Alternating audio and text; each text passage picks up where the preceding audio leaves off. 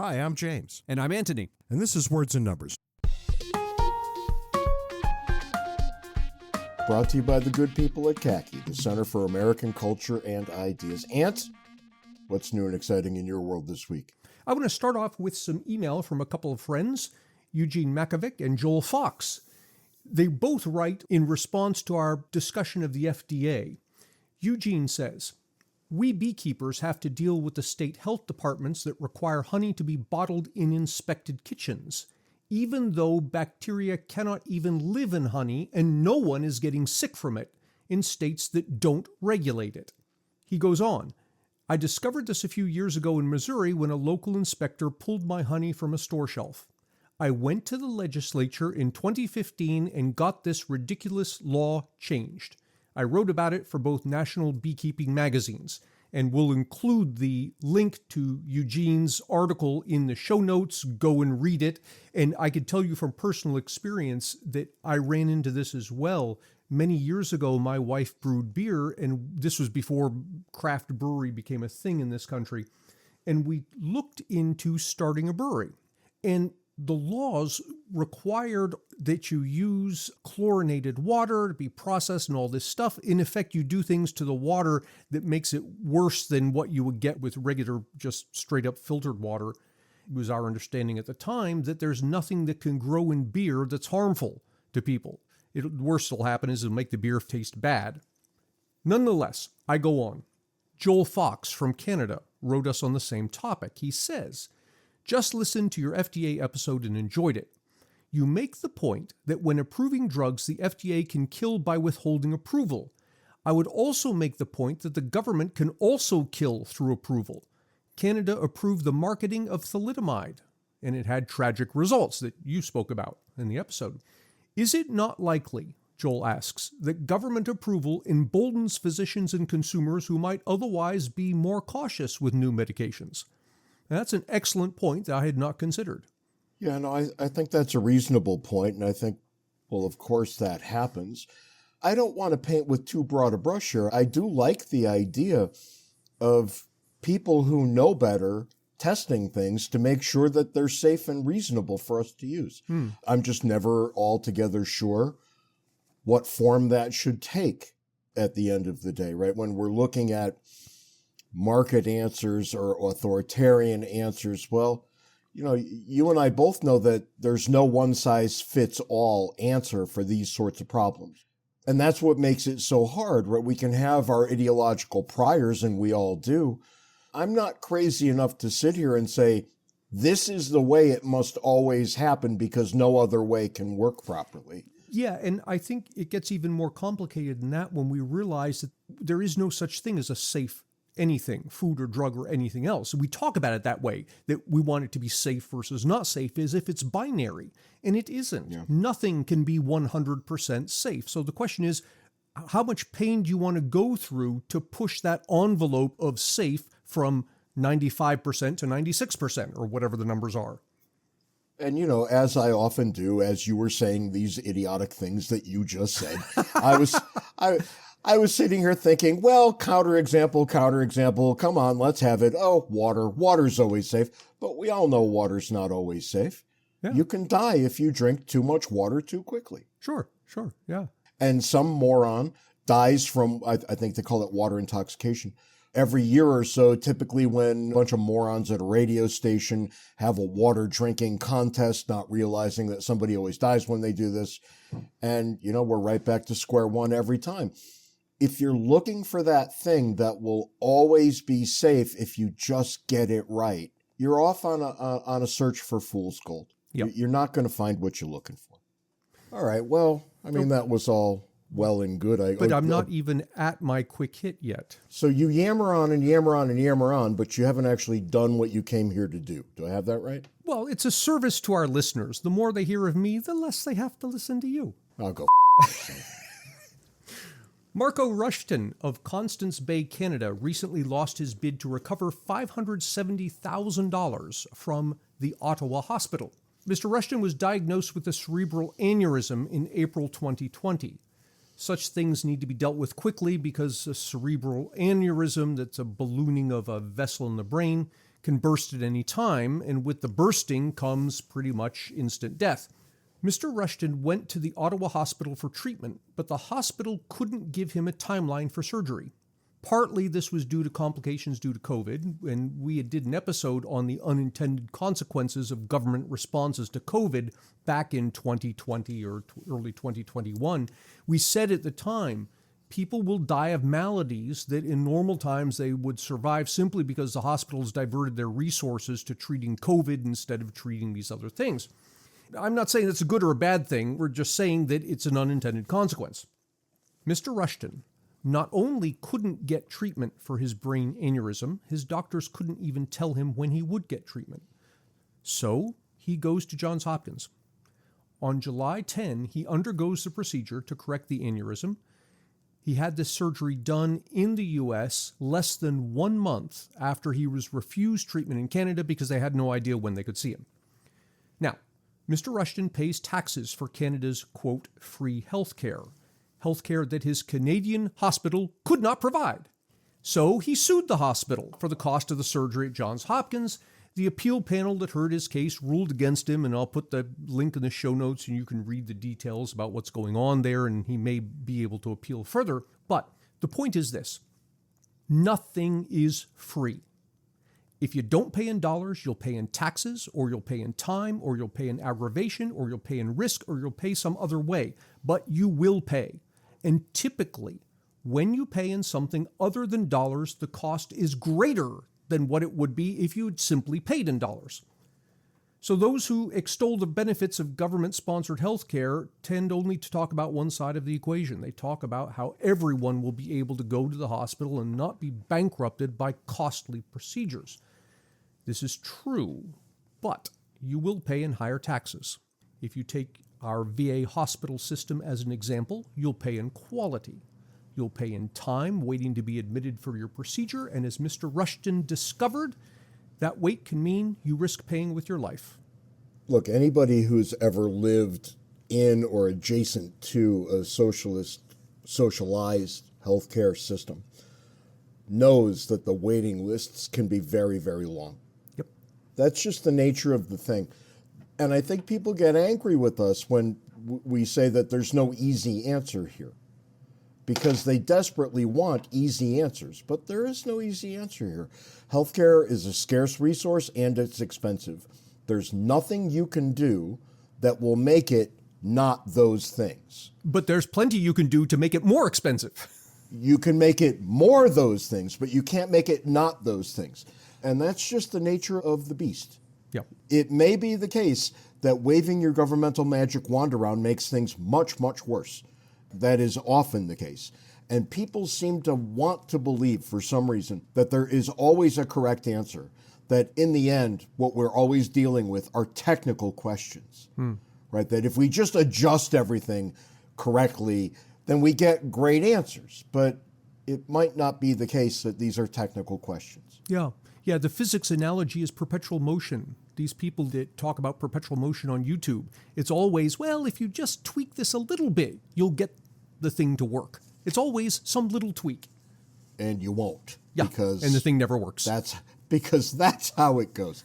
Anyway, speaking of things that never work, you and I, we kind of dabble around in the economics world, me a lot more than you in most meaningful respects, but, I'll save my insults for a later day. It's kind of funny, right, when people realize that you work in or near or with economics in any way, the first thing they want to talk about is where they should invest. Yes, exactly. As if we're all experts in the stock market, and nothing could be further from the truth. Most of us have no clue about the stock market. That's why economists and investment professionals are not the same group of people. Right, yes. What I do find, Ant, is that while I never really know what's going to work well, what people should invest in, my God, do I know what they shouldn't invest in. Do I know that in spades? And there's a company out there that has gotten my attention, and I wonder if it's gotten yours. See, Antony and I, we never talk about these sorts of things prior to coming on to record, But are you paying attention to Trump media? Something about him selling Bibles? No. Are they signed Bibles? Yeah, Jesus came and signed all the Bibles. No, and although that reminds me, once I saw on Craigslist a guy was selling a copy of Plato's Republic autographed by the author. Oh my God, that's great. I didn't even know where I almost want to begin. buy one just to be able to show it around. Yeah, no. Trump Media is the company that houses Truth Social, his Twitter replacement. I have no idea what this is. Well, yeah, you and I never signed up for accounts over on Truth Social, but there is the Donald Trump version of Twitter. And unlike all of his other grifts, this company was brought public. So now you can research it. You're kidding me. You can buy stock in this thing? You can. You shouldn't, but you can. And how do I know you shouldn't? Well, it's been trading for a week and it's already lost over half of its value. Right? It's gone from $80 and some amount at open to 40-ish or lower. I mean, by the time this episode goes out, it might be worth literally nothing. It's likely to be a very fast ride to being worth nothing. They lost $54 million last year. I've got to contradict you here, James. Please. The closer we get to the election, assuming it happens, the more likely it is that he's going to win. That stock is going to go through the roof. I bet you it will. Want to bet? You and me right now? All right. What do you want to bet? It showed up on the market at 80. It's down to about 40. What do you think? Through the roof would be 100, right? Let's take 40 as a starting point. Why would we take 40? Why would because we take 80? you said it's going to go to zero. I said it's going to through the roof. All right. And you said to zero. Let's call it this. 0 to infinity. That's the stock range, right? Cut it in half. Yeah. What's half of infinity? It's infinity. Yeah, we're going to have to arrive at an over-under on this. And given that it's at 40 now, it came on market at 80. The downward pressure is clear. You claim there's upward pressure that we're not seeing. I suspect that means that the over-under is going to have to be 60. That seems about right, doesn't it? All right, let's do this. Let's do $20 either direction. So anything less than I thought we were wagering here. We are, but I'm going to make room for an indeterminate because I'm a statistician. So anything above 60, I win. Anything below 20, you win. Anything in the range, we leave it indeterminate. Not 20, 40. So anything below 40 Sure. is you win. Yeah, anything above 60, you win. Whoa, no, you don't get $20 on the upside. You're the one that came up with this little scheme. I'm giving it to you. Under 40, I win. Over 60, you win. No, over 40, I win. Under 40, you win. Then I'm going to require odds. See, this is interesting. What you're doing here is agreeing with me that there's an upside here. And what I'm trying to do is extract the most amount of money from you. Yeah, and given that I don't like to wager, I can play this game all day. I'm sitting in Las Vegas right now. Anyway. That's a confound. Let me continue because maybe you'll change your mind. Literally every investment professional who goes on to comment about this stock laughs, wonders what idiots are buying it because it will go out of business in the not too distant future. I think there's nearly wholesale agreement on that. But here's the most interesting part, because the first thought I had was, okay, the grift here is to pump up the price by extolling the virtues of this nonsense company to all of his many followers, right, who believe everything he says, selling it to them, driving the share price up on a bunch of small sales, and then watching him dump his shares into the open market to cover his legal bills. Right. But here's the thing. He's not allowed to dump his shares for 6 months. Yeah. And it's probably going to be worthless by the time he can sell any of his shares. I don't know, James. If he gets elected, I bet you I bet you that pushes up. I cannot see it going bankrupt if he's elected. Well, okay. I say it goes bankrupt in the next 4.5 years. You say it doesn't. Well, No, wait a second. You say it doesn't. So I'll give you that period of time at the end of a Trump presidency. It's only operative if he wins. At the end, if this company is still alive, I'll pay you off. And if the moment it goes bankrupt, you pay me. I think our listeners should tune in later rather than us boring them with our back and forth, because I wouldn't give you 4.5 years. Why the hell not? Because toward the end of his presidency, the thing is going to tank for the same reason it's looking like it's going to tank now. The only reason for that thing to have value is because he's in the White House. Well, I leave it to our listeners to declare what the correct wager would be, and then we'll consider them next week. So we're going to get inundated with people looking to take you up on your wager. But that's all right. You love reading emails, so go ahead, everybody. Write lots of emails and send them off to that address Ant gives you at the end of every podcast. He loves reading these things, so go ahead. But Truth Social did lose $58 million last year. $58 million. The only people who made any money on it at all were the people who draw salaries. So we'll leave it at that, which brings us, of course, to the foolishness of the week. That was not the foolishness of the week. The foolishness of the weekend, I'm going back to libraries. And you can always tell, right, when we're looking at an election year, because the headlines get progressively more breathless, I guess progressively less breathy, if you want to go the other way on that. And what do we hear all the time? We hear about book banning. And, I walked into a bookstore because I still like bookstores. And I walked into one not too long ago, and there was a big wall at the far end that said banned books, and they were all for sale. Well, if they're all banned, why are they for sale? Makes them more interesting. Oh, for crying out loud, I think somebody's missed the very nature of what a book banning is. I just want to point out, I'm looking at a Wall Street Journal headline, I believe from today, April 8th. Yep, today. Book ban campaigns hit 4,240 titles last year. Here are the top 10 targets.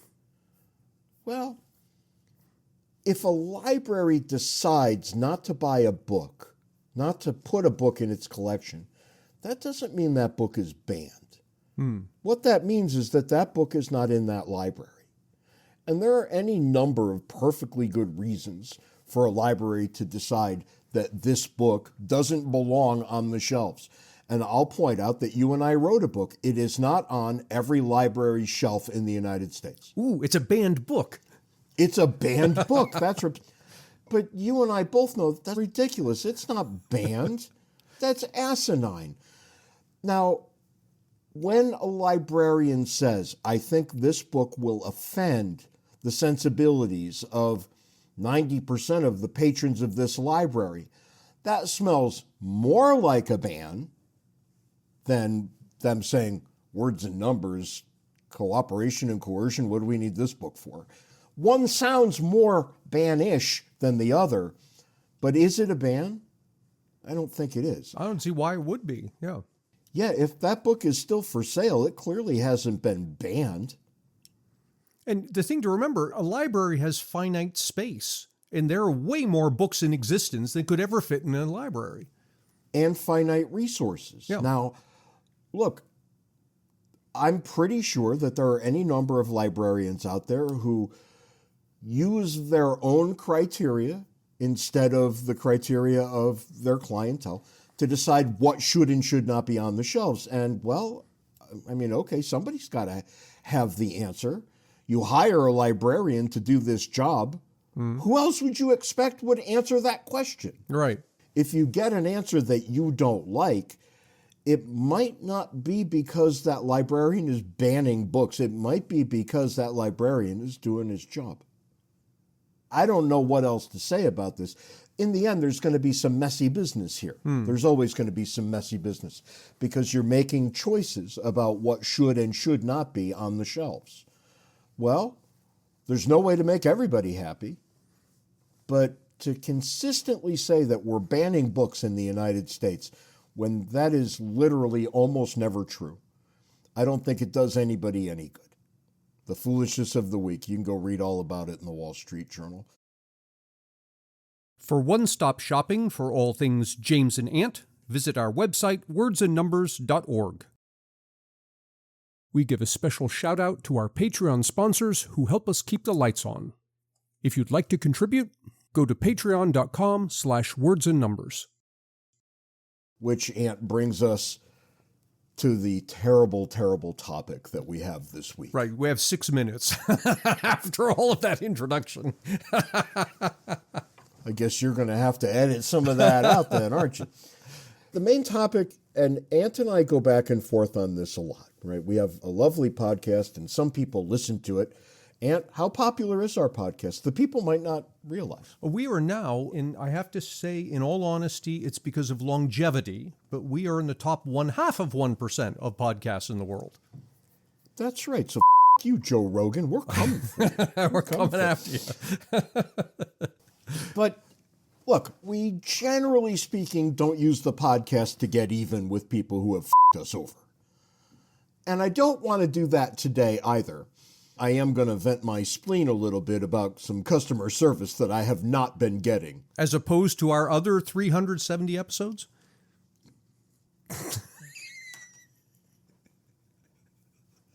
I wish our listeners could see your face right now.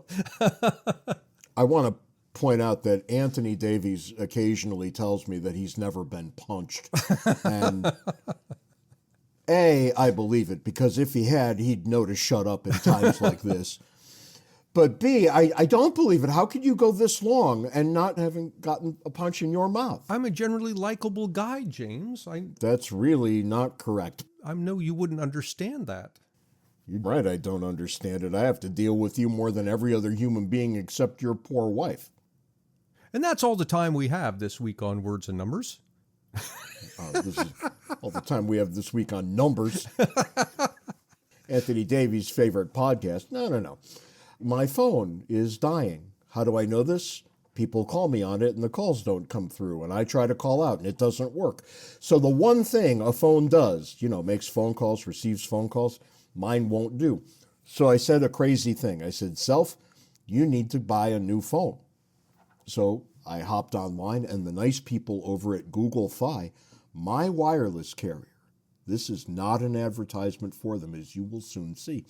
The nice people over at Google Fi said, if you would like this Google Pixel 8, you can have $350 off.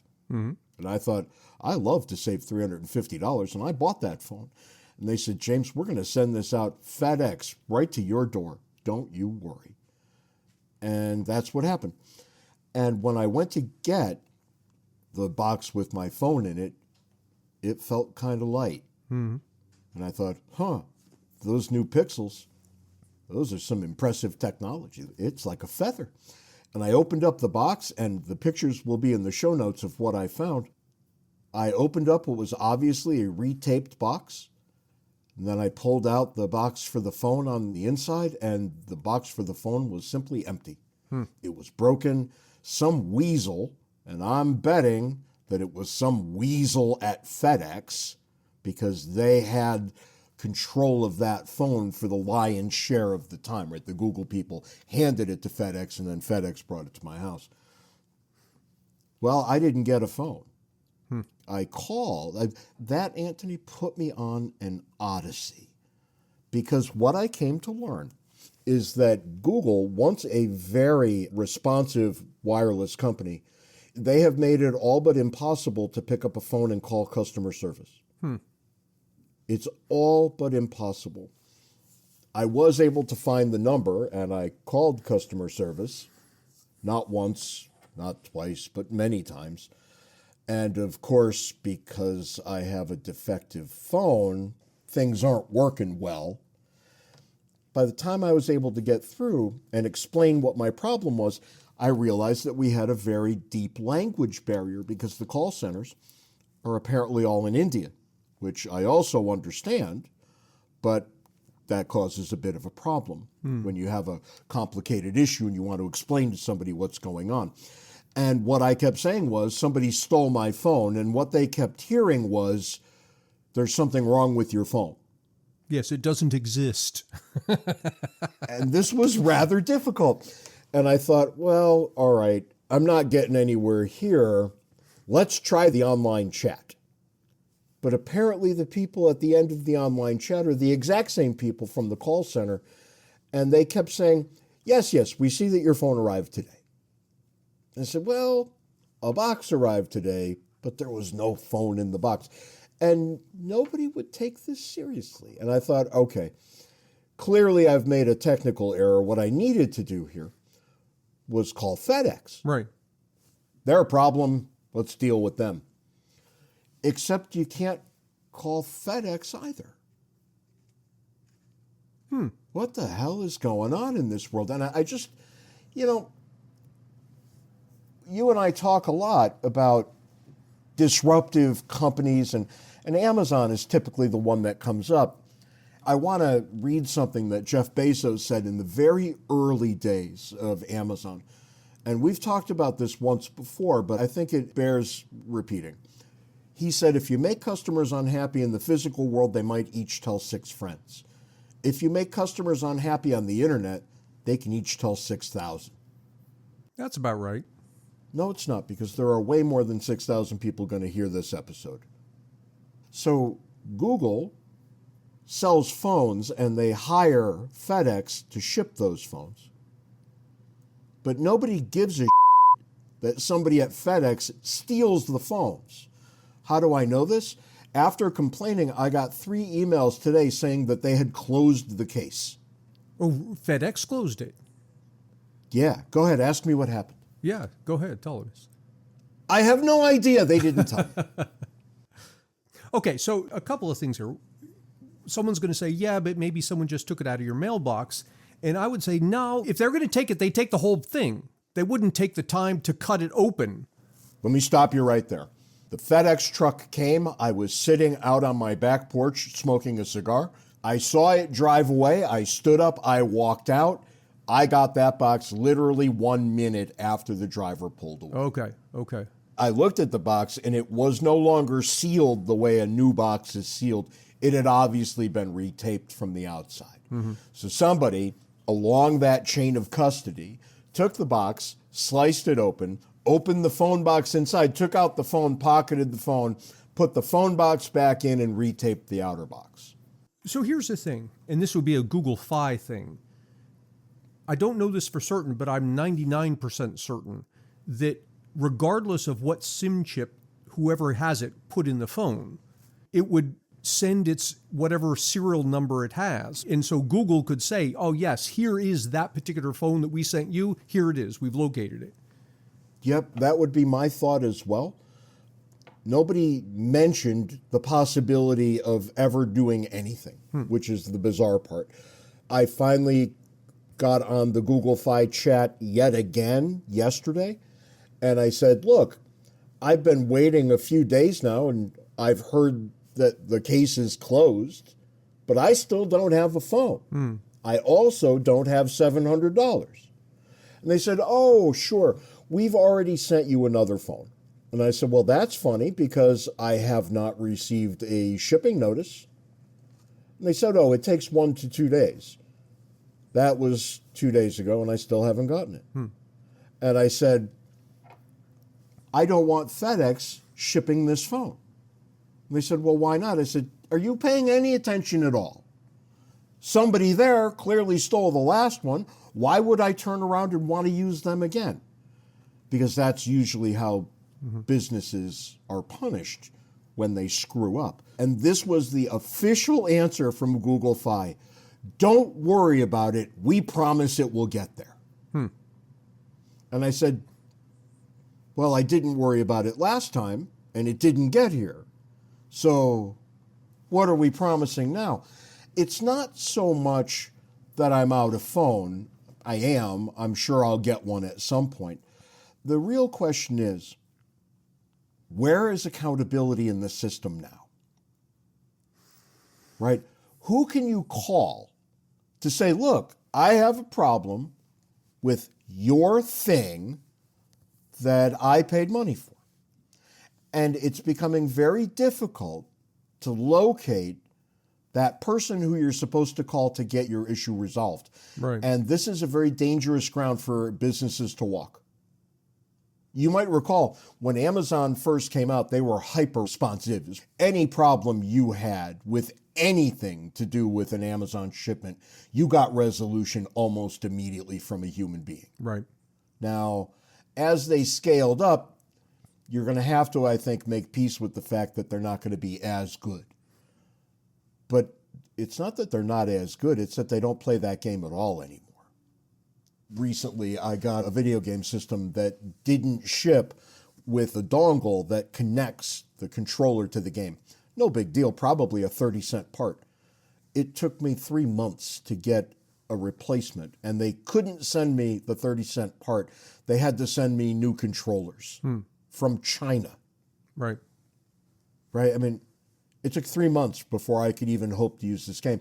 And I know you've had recent dreadful problems with a phone, right? Well, I did have last year with my phone. My recent thing is my Sony earbuds. I've sent them back twice because they didn't charge.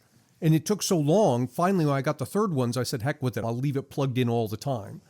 I mean, the real question is, how do you get satisfaction when something goes sideways? Because you used to be able to call your credit card company and say, look, don't pay them. Right. And that's no longer a rubber stamp. Yeah, but I have to say, I'll say something good here about American Express, which I've used for many years. Several times over a couple of decades, I've had a problem like you're describing that becomes irresolvable.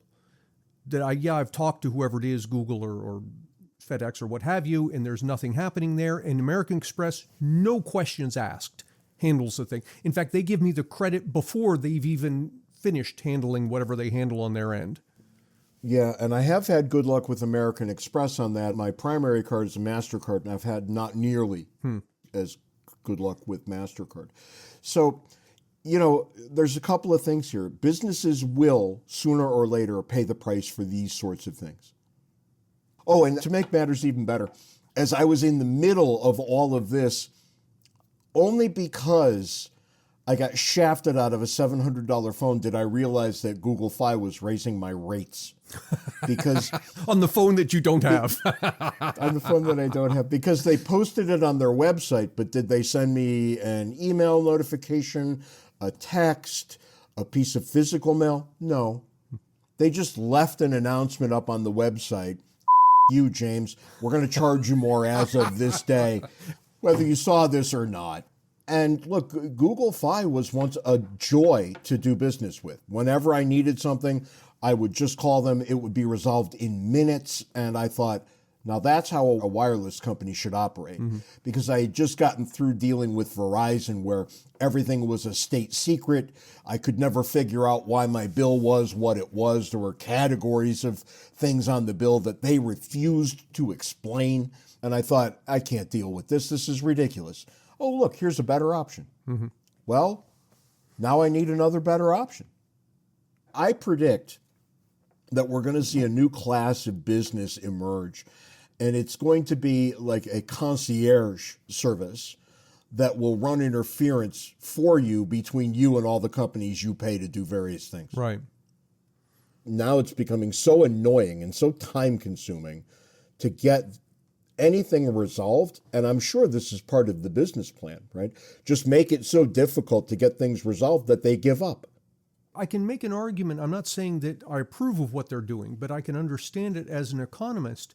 If you have so many customers and the instance like you're describing is rare enough, it may not be worth it for them to rectify the situation. I think that's right. And here's the weird part, right? I have found that the people at the end of the telephone are just not helpful. I'm not saying they don't want to be helpful. I think they probably do. Yeah. But they can't be. And I was asking the woman on the Google, I was like, well, are you telling me you literally can't do anything? And she said, yeah. Well, why are we talking then? Right. You're just here to waste my time, so I'll give up. And one thing I've noticed, and people give me a hard time about this from time to time, I have noticed that if you really need customer assistance, if you need it, If something has gone hopelessly wrong and you need a problem addressed, Twitter is the correct answer. Yes. Because the companies are so worried that their brand names will be tarnished in public, where, as Jeff Bezos said, people might be able to tell 6,000 people, not 6. Well, they're actually worried about that. People write and they say all the time, why do you keep complaining on Twitter about lousy service? The answer is because the companies rush to fix it. Right. If and only if I complain there. With some interesting exceptions, and one was a case that occurred to me. I mentioned it at the time, maybe 2-3 years ago. I had in the backyard a wire I was 90% sure was the Comcast cable coming into the house that was, of course, on the telephone wires, but hanging down, so that you could touch it from the ground. Now, of course, it's not electrified, but it's attached to things that are and whatnot. Anyway, I called Comcast many times. They wouldn't do anything. So I did what you're describing.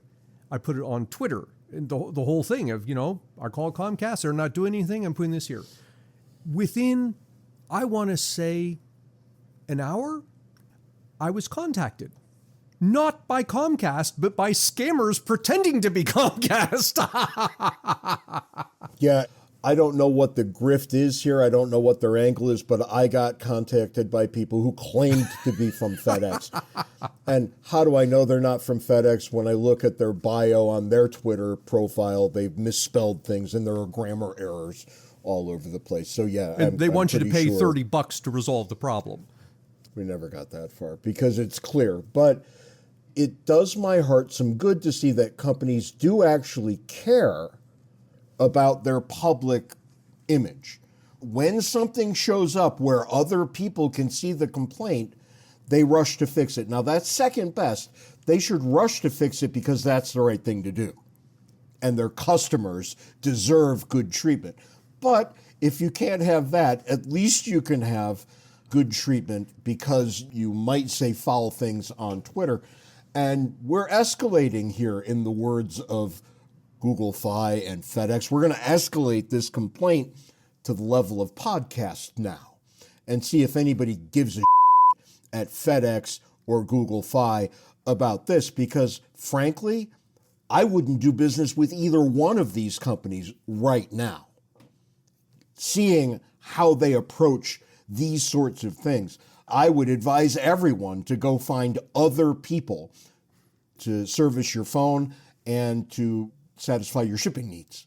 And another thing I found out, there's a difference, and you might not know this, between FedEx Ground and FedEx Express. They're two completely different companies. Oh, are they really? And I'm dealing with FedEx Ground, which isn't so great. FedEx Express is apparently quite good. Okay. Well, this is the beauty of a profit system, as our friend Howie Bacher often says. It's not profit system, it's a profit loss system. That's right, profit loss. And the beauty is that you can do what you're doing. At the least, you can walk away. At most, you can start to talk about it and have other people walk away, and that hits the companies at their bottom line. And I hope it does. You pay $700 for something. Do you think you didn't pay for the shipping wrapped up in that cost? Of course you did. I paid for a phone and shipping to me. I got neither. Who did? Clearly somebody who works at FedEx. You can't tell me that some along the chain of possession didn't see that box, said Google Fi on it, said, that's a phone and I know it, cut it open real quick, pocketed the phone, and put the box back on the line for the rube down the line, me, to receive. Of course that's what happened. And do a little digging. Go do a Google search on this. All of a sudden you see people who lose a lot of laptops this way, right? Anything expensive that's obvious from the box it's coming in, there's a problem here. There's a problem here. Now, I'm pretty sure FedEx could figure out who took that phone within 5 minutes, given all the cameras they've got at every point on the line and how closely they can track the possession. But to this point, on a phone that I ordered well over a week ago now, nobody's made right on it. Nobody at all. So I guess for the online discussion this week, who should I be patronizing. Who should I bring my wireless business to? Understanding I don't want to pay a fortune. I just want unlimited talk, text, and data. I want it to work, and I want to be treated like a valued customer. None of which is happening with Google Fi. And that's all the time we've got this week on Words and Numbers. Until next time, Send us email, wordsandnumberspodcast@gmail.com. try to be nice to one person who doesn't deserve it. Till next week, can't take it easy. See you next week, James.